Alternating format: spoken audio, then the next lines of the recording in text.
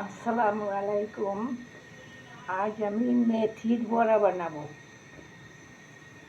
মেথি দিয়ে বড়া কখনো কেউ খেয়েছেন? বড়া বানিয়ে খেয়ে দেখবেন, অনেক স্বাদ।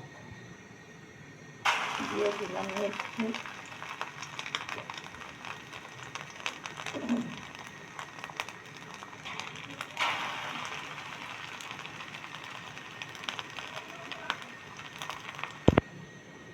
বড়াগুলি সুন্দর করে হালকা আছে ভেজে নেব।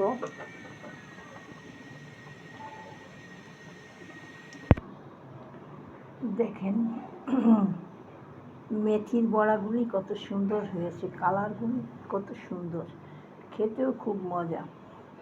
প্রথমে মেথিটা ভিজিয়ে পাটা একটু হালকা করে বেটে নিতে হবে। তারপরে পেঁয়াজ, কাঁচামরিচ, সামান্য একটু বেসন মিলিয়ে ভেজে নিলাম। একটু আদা রসুনও দিয়েছি। খেতেও অসাধারণ, দেখতে সুন্দর,